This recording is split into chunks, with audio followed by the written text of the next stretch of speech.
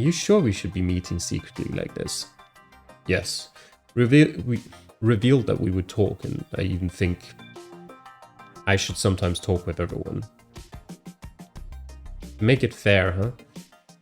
Would that really work? First of all, do you believe me? I don't have a reason not to. Tazaishi, do you have a guardian? I can't say. Why? Your behavior around me would change and might tip someone off. I'm not telling anyone until I've survived the night.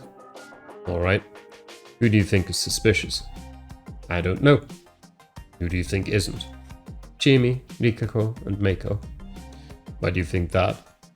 Don't you have your own suspicions? I see where you're coming from, but if you ask me, you're plenty suspicious yourself. Fair point. Chimi volunteered to die, risking that is way too dangerous for a wolf. But she didn't get a single vote. We weren't even talking about votes at that point. We were just discussing volunteers to be hanged. Chimi was actually the first to volunteer. Unlike you and Haru, she didn't have any family to try and protect her at all costs. Seemed like too reckless of a move for a wolf. I can say one thing. Yes? I share your opinion. He laughed a little. Not sure I understand the other two, though. Especially Rikako. It's possible she tried to gain our trust by copying Chie. She might be hiding something. True, that seems reasonable. Well, on the other hand, that could have been her way of competing with Chie. Excuse me? Before the mists came, Uematsu and Chie were fighting over you, right? How did he know? I hadn't sensed anyone else around. I didn't have much homework yesterday, so I took care of it quickly and headed to the dining hall with Mochi and Haru when we saw you. I see. So nothing's a secret here, huh? Please calm down. Had I said anything else I didn't want anyone to hear? I was kind of worried now. That aside, can I hear what makes you so certain? Oh, it's just a hunch. A hunch? Yeah. I considered telling him the real reason, but decided it was definitely impossible to do so at the moment. No one's listening. Seriously, it's just a hunch. Also, that's not exactly accurate. You're listening. Well, that's true. That's probably the right way to approach this. Honestly, even mentioning Meiko in the conversation felt like a mistake. I could only hope he didn't look too deep into it. Should I still be trusting you if Meiko dies tonight? A leading question. I'd have to choose my words carefully. I don't know why you'd think that. If I was a wolf, just giving you all this info would be suicide. That's true. Alright. Then I'll suspect you if anyone else dies. Harsh. I thought you'd trust me by now. I actually trust you more than anyone else now, though keep in mind that I can't really trust anyone until the feast is over. Not even your friends and family? I'd love to say I trust them, but looking at what happened to the Makishima family, I can't let myself be so naive. So he had doubts about the official story too. Also, ignoring whether it was done by a human or not, someone's already died. If someone else dies tonight and the culprit doesn't present themselves, we can assume that they accept their role as a wolf and have begun killing and deceiving the humans. It's probably not what standard law would say, but this is a dangerous situation where doing such things comes with certain punishments. I see. So you've already justified it, huh? Justified. I guess you could say that. I couldn't handle any of this if I wasn't convincing myself that I was right. Some wanted to survive even if it meant bending what was right, while others didn't want to discard what was right even if it meant death. Which one of them was more human? Are you planning on being a lawyer or something? Well, I did consider it, but that won't happen now. Why are you so certain? If I survive, it would be because I hanged the wolves. Yasunaga was smart, but at the same time he was the sort of perfectionist who wouldn't settle for knowing only part of the truth. I was kinda worried. He could get lost in his own theories, making him unreceptive to other ideas. Yeah, I see your point. That's it from me. This whole situation is difficult even for us locals. Can't even imagine how bad it is for you. Well, at least I don't have much to lose here. Mamiya, on the other hand, I don't want there to be any unnecessary casualties. I hope she comes to understand that, among other things. I'll be careful when dealing with her. You should be careful you don't butt heads with Kanzu too much. That's true. Though this did help me earn some of Yasunaga's trust, I resolved not to have any more secret meetings. I returned to the dining hall and chatted a bit, then got a chance to bring up what I wanted to talk about. Mamiya, who was scribbling something on a notepad, threw her pen down exhaustedly. Taking notes about what's happening here? She jumped a bit and quickly stuffed her notepad back into her bag. Well, yes. I'll have to go to the police once I get out of here. I want to be able to provide proper testimony. That was the right idea. The previous me never made it that far, though. If you're free right now, there's something I want to ask you. What is it? You're an ex-occult writer, right? What's your take on the local legends? I stopped that when I was still just an amateur, though. But I do think that it's not very Japanese. Can I continue? None of you will be upset? We seem to be attracting a lot of attention. Who knows? I'm kinda interested. I don't give a damn. I don't have anything better to do. What about Yuri-chan? This is your thing, right? Oh, work concerning the divine is the Miguruma's responsibility, but I would be lying if I said I was not interested. We rarely have an outsider seek to discuss our faith. If Uematsu says that, then I got nothing against that. No one else weighed in, so Mamiya began to speak. In polytheistic religions, gods die very often, but you'd be surprised how rare it is for humans to be the culprits. Especially here in Japan, I can't think of anything. In the Shinto mythos? Yes, all the gods that are killed die at the hands of either other gods or godlike heroes. This probably has something to do with suspension of disbelief. Someone capable of slaying a god would surely be divine themselves. In the local story, wolves and snakes are the mountain god's guardian servants. They're basically gods, like Inari's foxes, the kitsune. There are Japanese faiths that venerate? I don't know. Such servants. Snakes, monkeys, birds, even wolves have shrines dedicated to them. They do? Yes, Chichibu is a popular wolf shrine. Ever heard of the Mitsumine shrine? They have wolf statues in place of the traditional lion dogs. Well, that was something to keep in mind. In the Kumano faith, they worship a three-legged crow, while the great Hiei shrine reveres a monkey. Oh, what about snakes? Omiwa shrine is famous enough. They worship a giant snake called O-Mononushi. Strangely enough, the name is written as Okami, great god, but read as Omiwa. Interesting. Anyway, yeah, I know that other servants cooperated with them, but the legend here describes nameless humans slaying a god. That's highly irregular. Hisako paused for a moment. By the way, doesn't the story of the feast remind you of something? The part about getting the Okami drunk and then killing them? That's how Susanoo defeated Orochi, right? I know that one. He cross-dressed as the woman who was supposed to be sacrificed, gave Yamato no Orochi lots of sake and killed him. Yes, I think the local story has roots in other famous stories including that, just like most myths and folktales. The original story is probably Orochi's slaying, but I can't imagine how it became about a wolf, or where the existence of a hero disappeared to. In Japan, it's rare to see stories about killing wolves too. It's more of a Western thing. They had their livestock to protect. Was it perhaps a recent development that borrowed elements from Western storybooks, like Little Red Riding Hood, for example? A wolf is coming. That too. That's one of Aesop's fables. Oh? I think I heard something about that in a culture lecture. If local and foreign stories mix, the result often becomes folklore in just a few years. Exactly. Word of mouth is really unreliable after all. Give it 1 or 2 generations and something becomes a story from a long, long time ago. Bah, how long has Kami Fujiyoshi's Shinnai Shrine been around for? I heard it predates the age of the samurai. Maybe the time it was passed on was different. If not, then maybe it refers to a local event that happened a long time ago. Like? They might have banded together and chased away a tyrannical lord or killed a particularly large wild dog. That seemed likely. There's one thing that's certain though. Yomotsu Okami, was it? Yes, wolves returned from Yomi. The term is definitely based in Japanese myth. Oh yeah, I was curious about that too. What exactly? Yomotsu Okami is another name for Izanami, the goddess who birthed this country.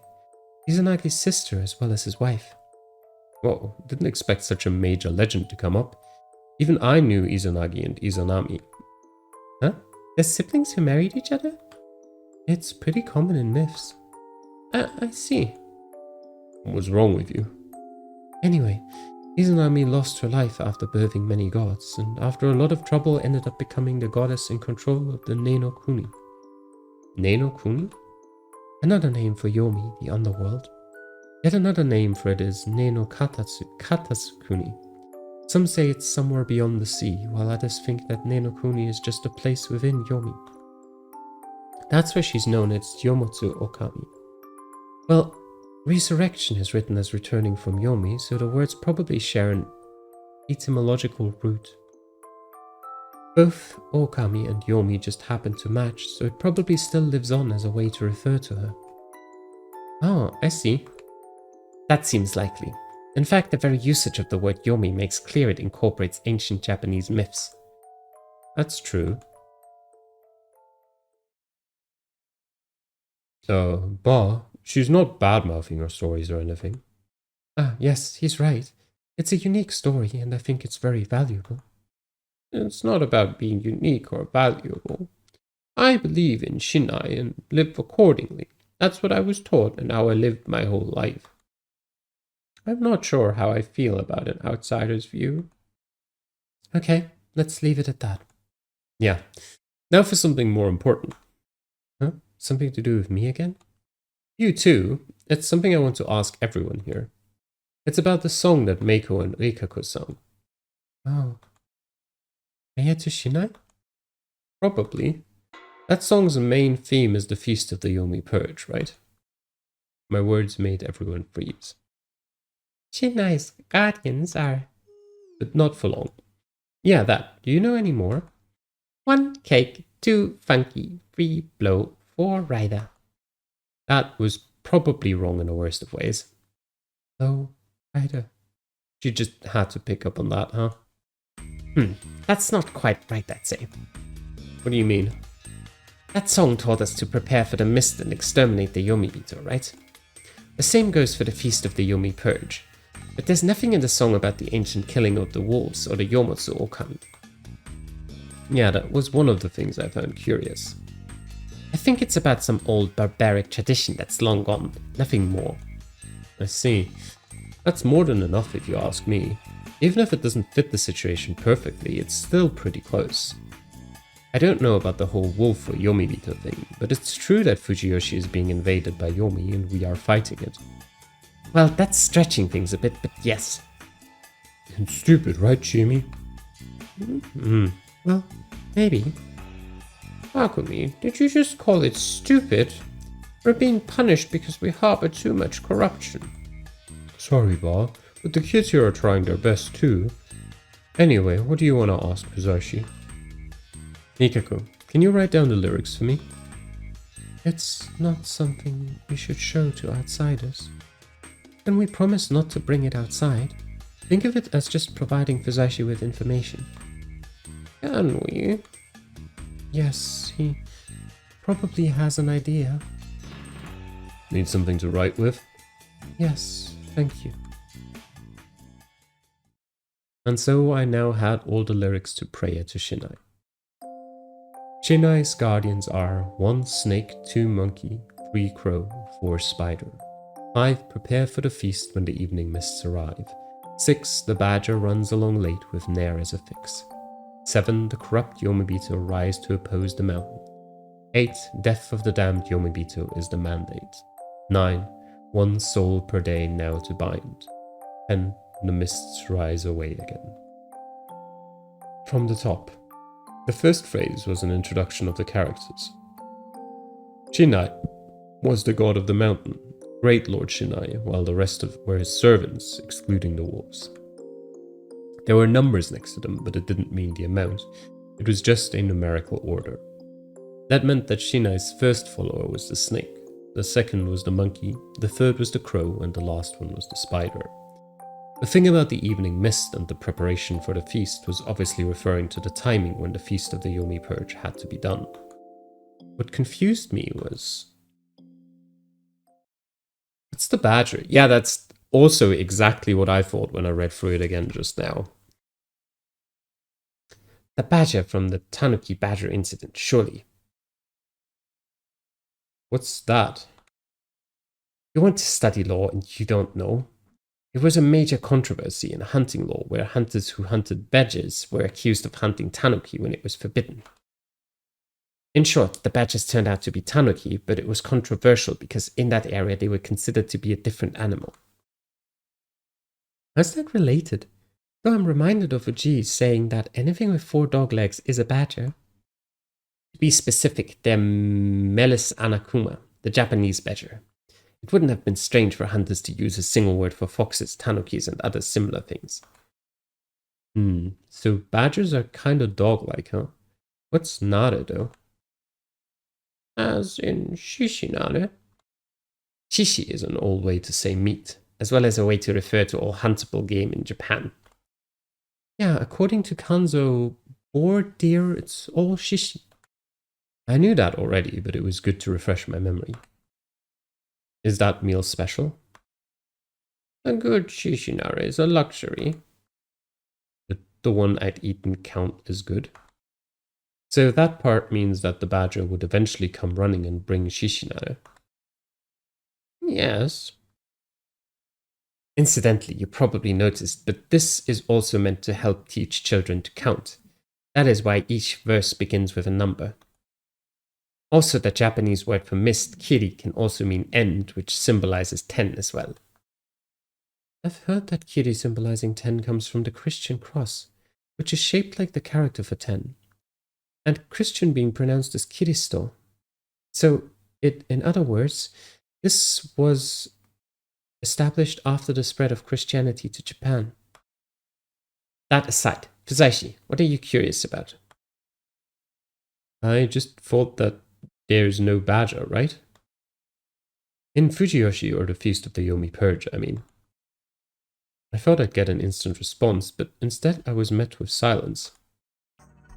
I'm not wrong, am I? The guardian beasts of the 4 families were mentioned, but the badger alone has nothing. For a moment I thought it was the wolves, but that really didn't seem likely. Is it something I shouldn't ask about? Hikaku, do you know anything? No. You guys asking? I'm no specialist. Huh? No one knew? I think I heard something about that. Of course she did. The badger was a servant of the Okami-sama. You mean in Yasumisa's old stories?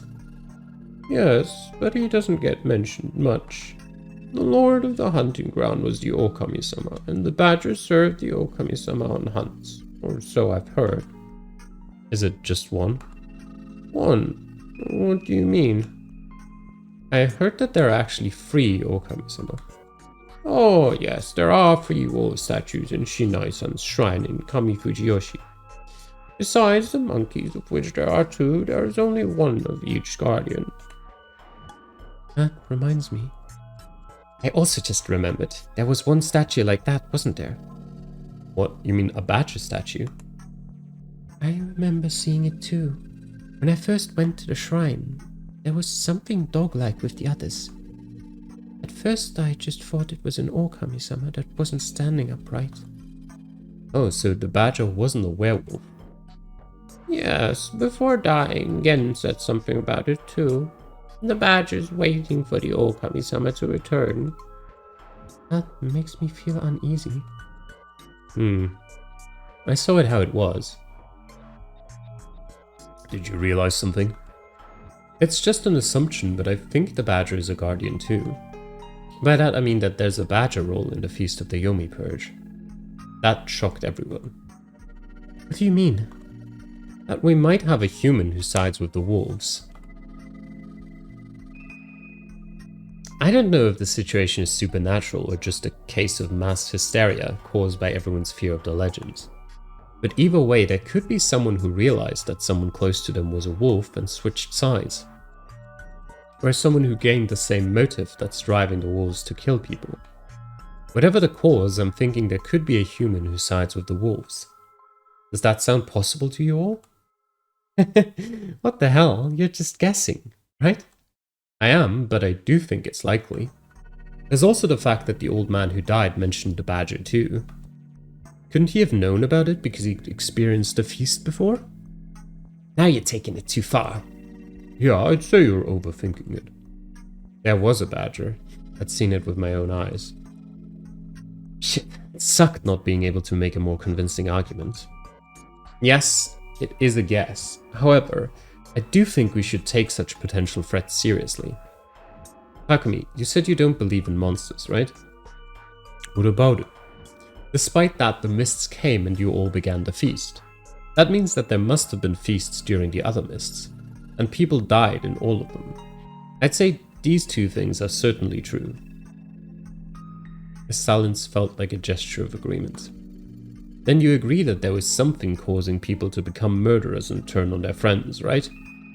Wait, I didn't say we had any scumbags here. The killings could be done by some Kami Fujiyoshi guys.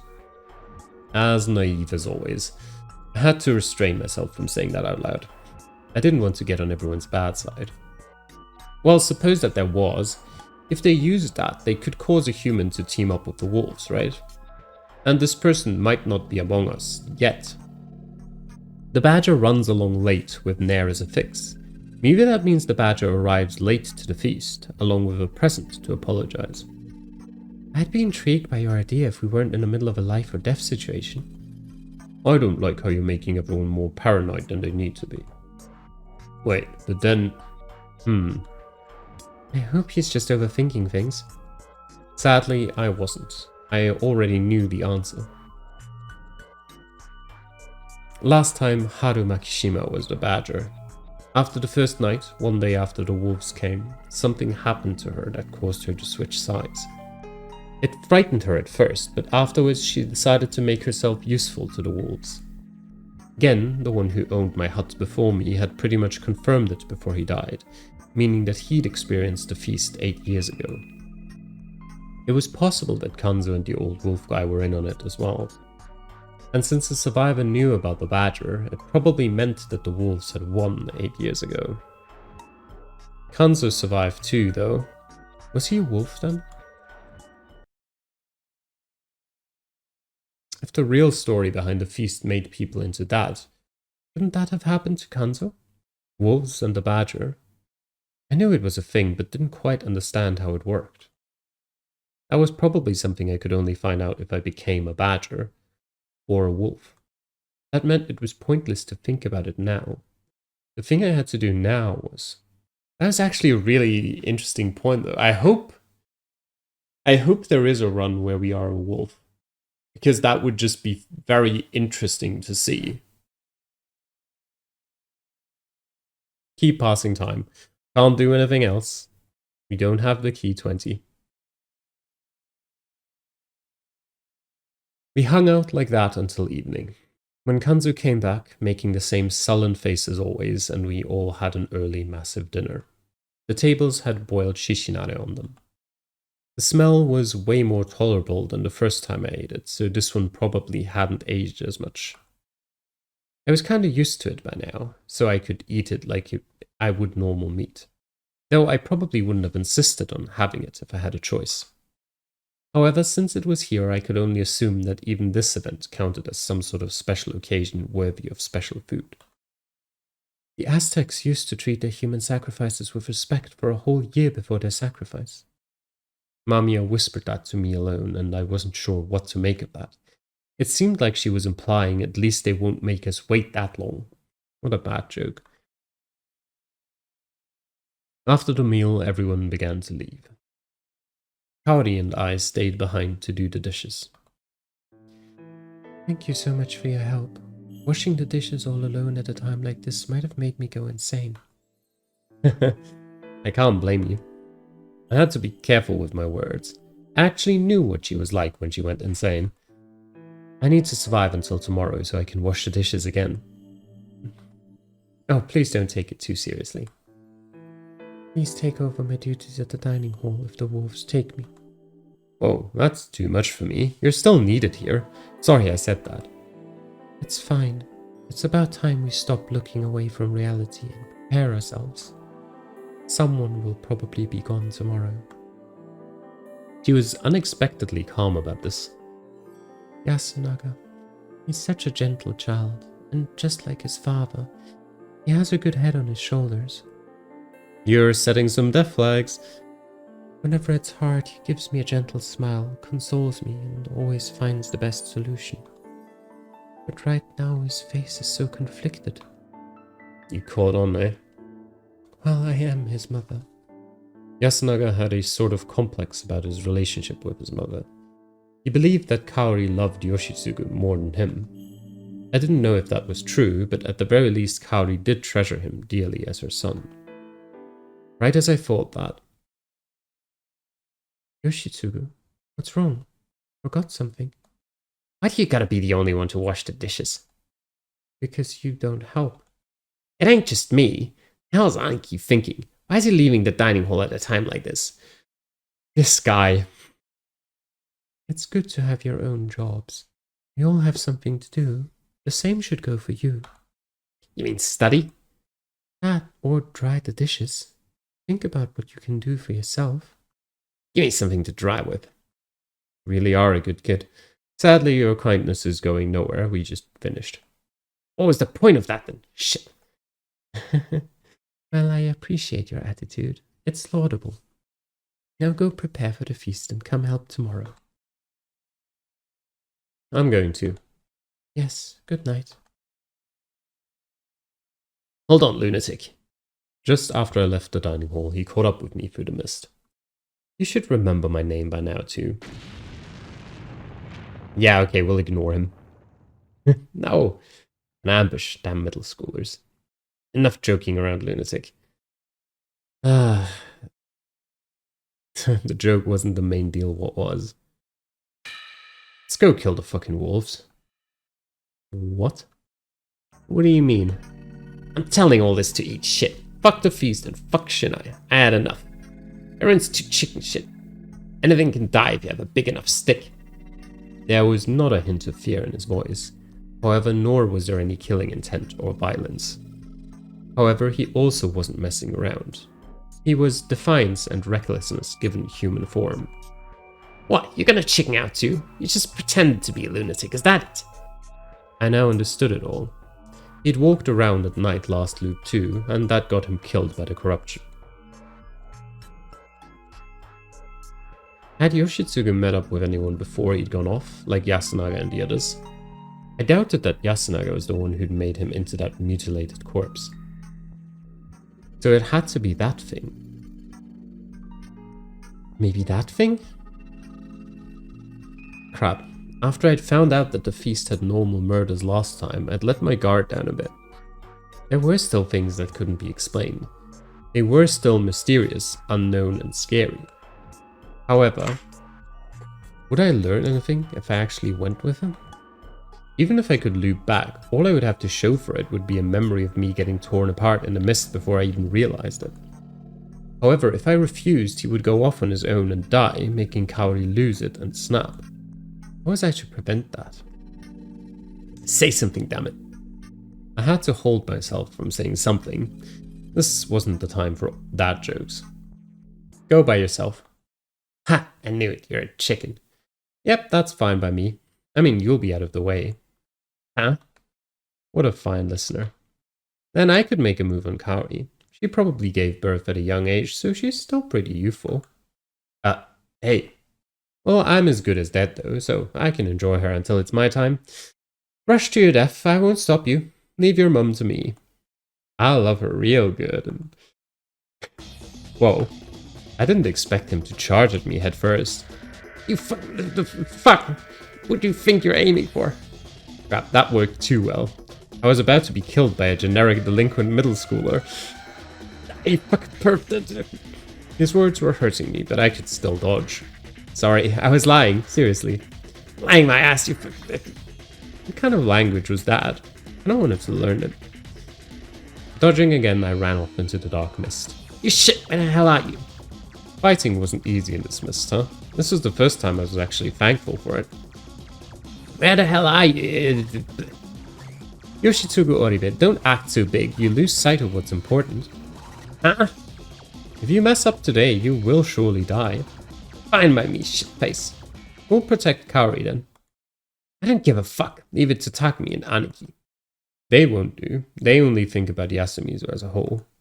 If you want to protect your mother, stop throwing yourself into danger and focus on surviving. Huh? Ain't guaranteed I'd die. I could win. I knew how he felt. I'd thought the same thing once. But not anymore. I knew it was impossible. That's not going to cut it. What are you getting at? What do you know? I already tried it. I didn't expect him to understand, so it was fine. Huh? Anyway, if you die, I might make a move on Kaori, so you better stay alive. Don't fucking play it off like that, dammit. What did you mean? Good luck washing the dishes. Hopefully that would convince him. I headed back to my hut before it was too late.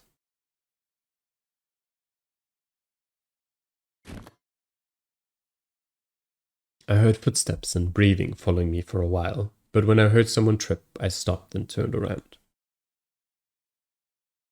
Are you okay, Rikako? Oh. The area was covered in grass, but that didn't make falling here particularly safe. Why are you out so late anyway? Shouldn't you shelter? I could ask you the same, Haruaki. Why are you wasting time fighting? You already took long enough to do the dishes. Wow, a rare sight from Rikako. She was serious, kinda angry and practically rambling. Well, I was helping someone out. I know. You prevented Yoshitsugu Oribe from making a significant error, in a very lowbrow manner. Does it feel like you understand the situation better and know more details than usual? I did not get to speak with you, so I hid within the mist. She was shivering, showing how cold she was. Just how long had you been waiting outside the dining hall? Oh, sorry. Yeah, you did say you wanted to talk. So did Chiemi. Thank you for what you did in the feast. You could have easily hanged me. Oh, I don't want anyone to die. Sorry, that was a lie. Wait, no it wasn't. There was another thing. I just knew I didn't want to see you or Meiko die. What do you mean? Well, I'm not entirely sure myself. Secret talks weren't a good idea. That was why I didn't say anything more. Oh, I have a question for you. Yes? What would you have done if Meiko was a wolf? I would hang alongside her. She was quite a character. Anyway, it's all good. I hope to see more of your clumsiness tomorrow. Huh? Haruaki? What are you saying? Me? Clumsy? How rude and... See you tomorrow. What did you mean by I already tried it? Well, there we go. Crap. It's just something random I thought up on the spot. You'd be surprised how convincing mysterious words can be. I do not believe you have been sent here by the Miguruma. In fact, how do I put it? I believe you are a special someone who came here to dispel this mist. You might find such delusions to be disgusting. However, I too am one who grew up alongside tradition and faith. I lived knowing little of the so-called science they speak of on the television. Thus, as I am menaced by superstition, I wish to cling to something that seems equally absurd. Rikako, I didn't know certain things myself. I also had a thirst for the truth. I couldn't deny that I'd defied all logic and causality by standing here after experiencing death a few times. Was that meant as a tool to dispel the despair of the feast?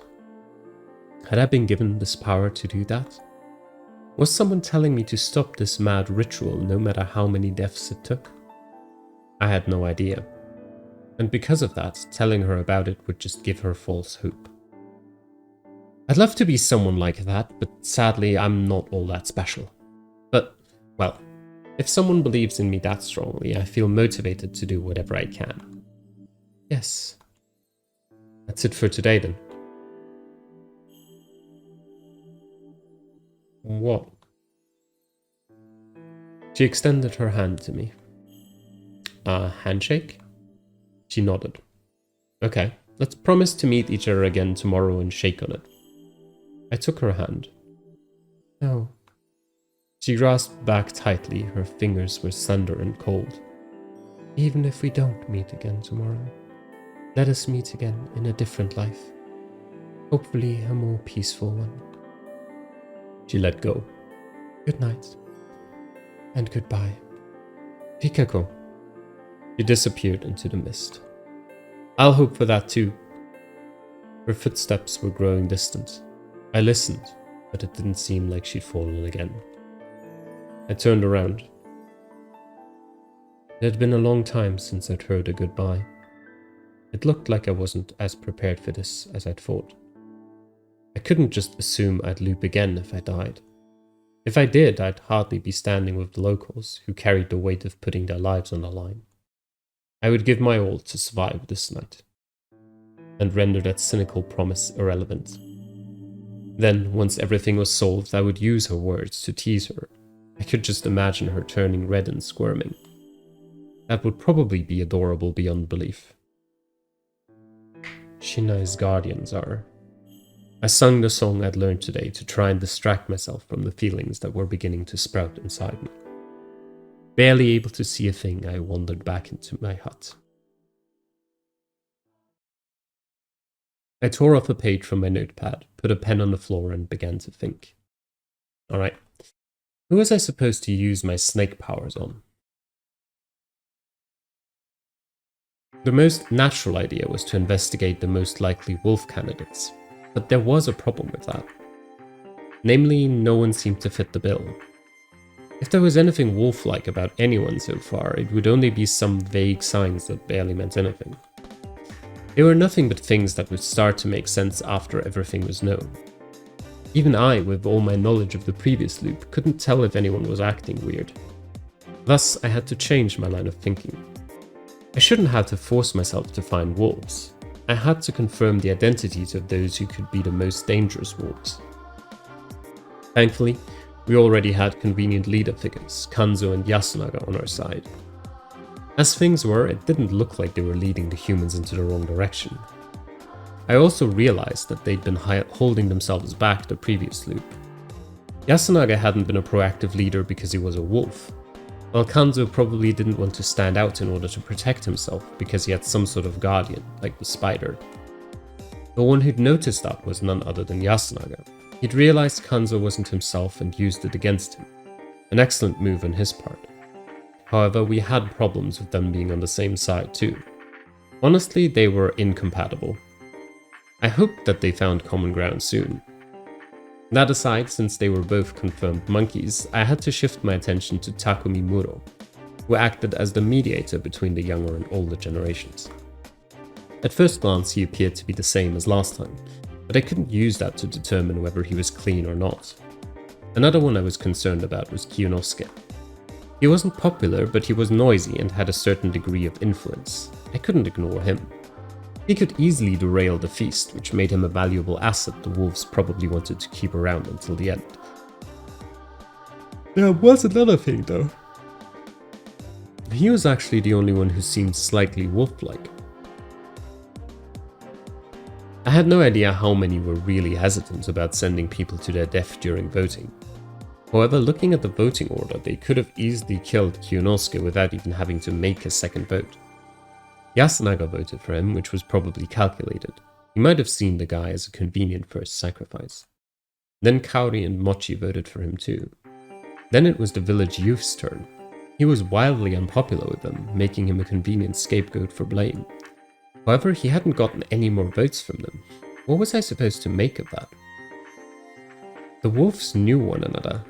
I knew this from last time, but it was fair to assume that it was common knowledge amongst the others. It might have been possible that there was a wolf among the village youth and they purposely avoided voting for him. One more thing. From my perspective, since he wanted to protect Rikako like me and would make votes on that basis, he was actually kinda useful to me. Yeah, I had to admit it. I believed Rikako and Meiko to be humans. The former was a normal one, while Meiko was a spider. I told Meiko about it. No need to worry. If you are hesitant, vote for me, not Meiko. Yeah, I caught on to that. Rikako had been worried that a feast would happen soon, which was why she told Meiko about what she had to do. Meiko probably didn't have the mental acuity to understand or participate in the feast all on her own. So Rikako might have given Meiko some way to convey that she had a guardian. Personal exchanges would be heard by someone and by extent the wolves. That was probably even more certain than what I'd experienced on the way back here. It was safe to consider it a rule. However, if there was a way to pass on information without making it seem important, you could easily converse in secret. That was why I believed Rikako knew that Meiko had a guardian and was putting her life on the line to protect her. She'd also conveyed it to me by telling me to vote for her despite Meiko being pretty much a throwaway vote. That was her way of telling me that Meiko was important.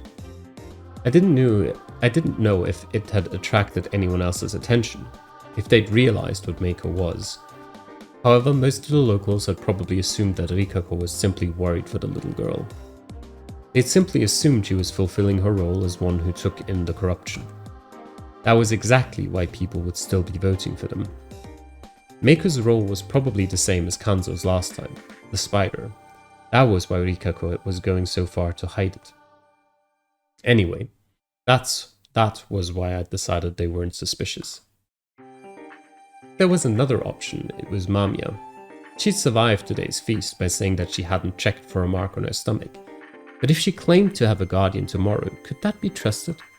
She had nothing tying her to Yasumizu, so no one would trust her.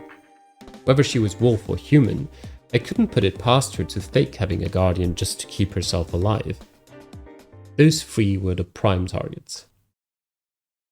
Okay, we can investigate people now, but I think we will go for that next episode. So for now, I hope you enjoyed watching.